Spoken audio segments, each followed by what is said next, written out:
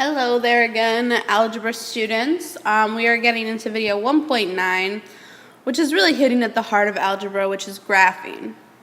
So get your notes ready, be ready to draw some graphs and tables. If you want to take these notes on your graph paper, I strongly encourage you to do so. And just a funny panda before we get started. Some vocabulary you need to know before we get into the content is that the independent variable, the dependent variable, and what a function is.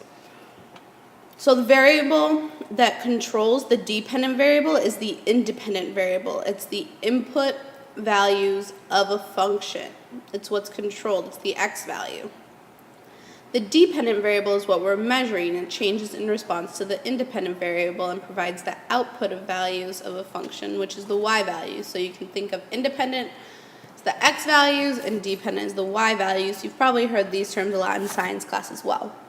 And then a function is a relationship that pairs each input value with exactly one output value. So we're going to go into more of what a function is and how we can test for functions, but just know that this is very important. For each input or x value, there is only one y value. So your steps are to first make a table of values. You make a table, you input the values into the function, and then you get an output. So you have an input and an output, and then you graph the ordered pairs that you have on a coordinate plane, and we should all know what this is. We have our x-axis, we have our y-axis, and we plot the points accordingly with negative and positive values. So here we are at our first example, graphing a function rule, y equals negative 2x plus 1, and you may just say this is just an equation, not a function. But you can see this represented in different ways, and we usually use the term function when we're relating it to a graph. And for this function here, there will be, like I said with the definition, one y value for every x value. So you guys may have shortcuts for graphing this that you've learned, but I want you all to start with an xy table like this. And what we put in the middle is our evaluating of negative 2x plus 1. And I want you all to use the values negative 2 through positive 2. So you get a good look at how the function is. So all you do is take your x value, your input, remember this is the one we control, so we can choose any x values we want, and you input it into the function to find out what your y will be. So I'm going to take negative 2 times negative 2 plus 1 and evaluate. Negative 2 times negative 2 is positive 4 plus 1, so y is 5. Remember our coordinates go x, y, x first and then y. So I'm going to plot this using my x coordinate first and then my y value. So I have my x-axis and then my y-axis, and they're already labeled here as well. So I'm going to go to negative 2 on my x-axis, which is right here. And I'm going to go up to positive 5 on my y-axis, and I'm going to plot that point of negative 2, positive 5. And I will label it for you as well. So our first point is done, and we need to keep going on with our other values. So now we're going to plug in negative 1. So we have negative 2 times negative 1 plus 1. Negative 2 times negative 1 is a positive 2 plus 1, which is 3.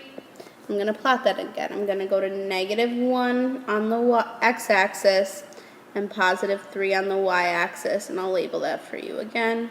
Negative 1, positive 3. And we're going to keep going with the 0. Negative 2 times 0 plus 1, that is 1. And I'm going to plot that point at 0, 1 and label it.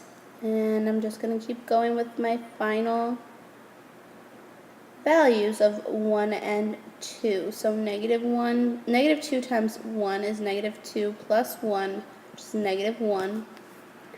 1 negative 1 is right there. And then my final value of positive 2, so negative 2 times positive 2 plus 1, negative 2 times positive 2 is negative 4, negative 4 plus 1 is negative 3. We plot that right here, and we have plotted all 5 points, and I see that they make a linear function. And what I need to do to finalize this is just connect all the points with a line. And then I'd like you to label your line with its function. So I'm going to label this y equals negative 2x plus 1. And we're all set with graphing that. So go ahead and get that down. Make sure you have your table. Make sure you have your line plotted. I'll label this last point here of 2, negative 3. You do not have to label all the points. I just did that for you. And then you're going to get problems like this, another word problem of graphing a real-world function rule.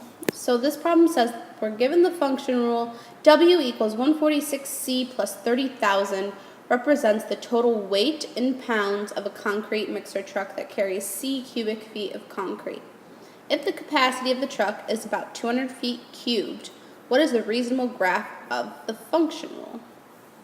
So the first thing we have to do is make a table with values. And now I know I'm going up to 200, but I don't want to plug in the numbers 0 to 100, so let's just go by 50s. So instead of X and Y, we have C and W. So we have C, we have 146C plus 30,000, and then we have our W. I'm just gonna make 0, 50, 100, 150, 200 in my table. Please be neater than me right now. It's very hard to be neat on an iPad. So now, exactly like I did before, I'm just going to take each of my C values and plug it in for here. So I have 146 times 0 plus 30,000, and that's just going to continue all the way down for time's sake. I'm just going to put the W's in when we evaluate, so it'll be 30,000 when C equals 0, 37,300 when C equals 50, 44,600 when C equals 100, 51,900 when C equals 150, and then 59,200 when C equals 200. So we have our table, and now we need a graph. And our graph is not going to look like a normal coordinate plane because we have some very large values, and also our weight can never be negative. So we only need to work with this type of axis here. And this is going to be my C, just like X. This correlates to X in the function. We're going to put C down here in concrete feet cubed. And then we have our weight over here. So I know that this has to go to 50. So we have 50, 100, and again, please be neater than me, 200. And I see that I should probably go up to 60,000 over here. So I'm just going to have 20,000, 40,000, and then 60,000. And I'm just going to plot each point, and I'll do it in blue so you can see it better. So at 0, I'm at 30,000 right in the middle there. At 50, I'm at 37,300. We'll say that's right about there. At 100 concrete feet cubed, I'm at 44,600. We'll say that's right about there. 150, we're at 51.